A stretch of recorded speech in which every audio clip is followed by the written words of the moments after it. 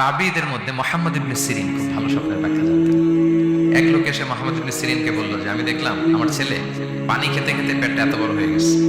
এই একই স্বপ্ন আরেকটা লোক দেখলো, দেখে এক মূর্খের কাছে জিজ্ঞেস করলো। সে বলল, সর্বনাশ, এত বড় পেট হয়ে গেছে, তোমার ছেলে তো মারা যাবে। ঠিকই কয়েকদিন পরে ছেলেটা মারা গেল। আর একই স্বপ্ন দেখে এই লোক মুহাম্মদ ইবনে সিরিনকে জিজ্ঞেস করেছেন। উনি বলেছেন যে তোমার ছেলে তো অনেক বড় আলেম হবে। ঠিক তাই হয়েছে, ওই ছেলে অনেক বড় আলেম হয়েছে।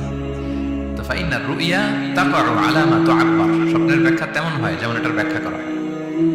রাসূল সাল্লাল্লাহু আলাইহি ওয়াসাল্লাম একবার স্বপ্নে দেখলেন যে তিনি ওনাকে দুধ দেয়া হয়েছে, বাটিতে দুধ খাচ্ছেন, পরে আঙ্গুলের ফাঁক থেকে দুধ বেরোচ্ছে। এই সামান্য একটু দুধ রাসূল সাল্লাল্লাহু আলাইহি ওয়াসাল্লাম উমরে ফারুককে দিলেন। সাহাবারা বললেন, মাযা আউয়ালতা বিহি ইয়া রাসূলুল্লাহ, এটা তাবিল কি? তখন বললেন, আউয়ালতু বিহি আল ইলম, এটা দিয়ে আমি জ্ঞান বুঝিয়েছি। মানে উমরে ফারুকের আল্লাহ তাআলা অনেক জ্ঞান দিলেন। স্বপ্নে কেউ দুধ খাচ্ছেন, এটা আপনার জ্ঞানের প্রতীক। রাসূল সাল্লাল্লাহু আলাইহি ওয়াসাল্লাম স্বপ্নে দেখলেন লোকজন দাঁড়ানো, কারো গায়ের জামা এতটুকু, কারো এতটুকু, কারো হাঁটু পর্যন্ত, আর উমরে ফারুক জামা একেবারে টেনে হিচড়ে যাচ্ছে।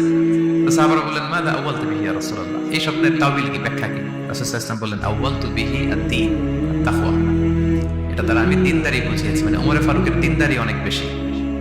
স্বপ্নে কেউ ছোট জামা দেখলে তার দিনদারি কমতেছে, এটার একটা আলাম। তো এই জন্য হুট করে স্বপ্নের কথা কাউকে শেয়ার করতে নেই। রাসূল সাল্লাল্লাহু আলাইহি ওয়াসাল্লাম ফজরের সালাতের পরে মসজিদে নববীতে সালাম ফিরিয়ে সাহাবাদের দিকে মুখ ফিরিয়ে বসতেন, তাসবিহ পড়তেন, এরপর জিজ্ঞেস করতেন, হাল রাআ আহাদুম মিনকুম আল বারিহাতা রুইয়া, গত রাতে কেউ কোনো স্বপ্ন টপ্ন দেখেছে নাকি?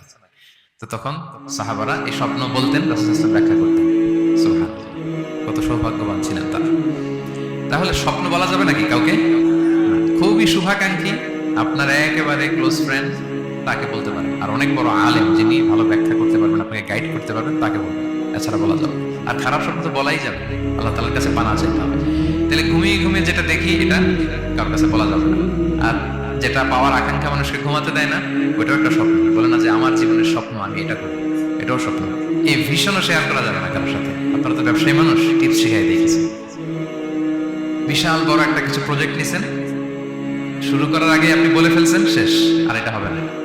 দেখবেন যে এখান থেকে কনস্পিরেসি, ওইখান থেকে শত্রুতা, ওইদিকে এটা করছে ওইটা করছে, আপনি আর আগাতেই পারবেন না। দুঃখজনক হলেও সত্য, আমরা বাংলাদেশিরা তো এগুলোতে অভ্যস্ত। সবার মধ্যে কম বেশি জেলাসি কাজ করে ন্যাচারালি, আমাদের বাংলাদেশিদের এটা আরো বেশি। আমি আমার প্রায় আলোচনাতে বলি যে আমাদের জাতীয় খেলা হাডুডু হওয়ার কারণ হচ্ছে এই খেলার ধরনটাই এমন। একজন সামনে যেতে চায়, 10 জন পা ধরে পিছনে টানতে চায়। তা আপনি আপনার ভিশন শেয়ার করলে বিপদে পড়ে যাবেন। আপনি প্রপার হোমওয়ার্ক করবেন, গ্রাউন্ড ওয়ার্ক করবেন, কাউন্সিলিং করবেন, প্রজেক্ট দাঁড় করাবেন, লঞ্চিং প্রোগ্রামের দিন সবাইকে জানাবেন।